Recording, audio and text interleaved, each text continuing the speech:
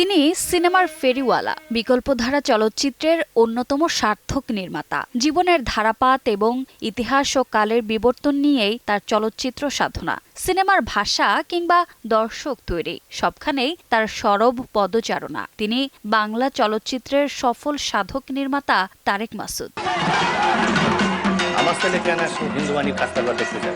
ফরিদপুরের ভাঙ্গায় ১৯৫৬ সালে জন্ম নেয়া এই মানুষটি শৈশবে পড়েছেন মাদ্রাসায়। সেখান থেকে বিশ্ববিদ্যালয় পার হতে না হতেই ক্রমেই হয়ে উঠলেন স্বল্পদৈর্ঘ্য চলচ্চিত্র আন্দোলনের অন্যতম পুরোধা আদম সুরত চলচ্চিত্রের নির্মাতা।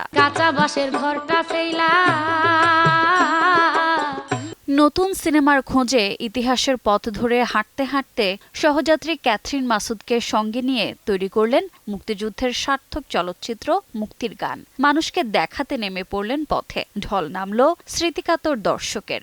এরপর একে একে তৈরি হলো মুক্তির কথা, মাটির ময়না, অন্তর্যাত্রা, নরসুন্দর, রানওয়ে। তার মাটির ময়না দিয়েই শুরু হয় আমাদের গানযাত্রা।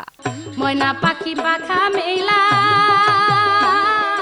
কাগজের ফুল নির্মাণ নিয়ে যখন তিনি তুমুল ব্যস্ত, প্রস্তুতি শেষে শুরু হবে শুটিং, তখন হঠাৎ যেন হয়ে গেল নক্ষত্র পতন। ২০১১ সালের ১৩ আগস্ট কাগজের ফুলের লোকেশন থেকে ফেরার পথে মর্মান্তিক সড়ক দুর্ঘটনায় না ফেরার দেশে চলে যান তারেক মাসুদ।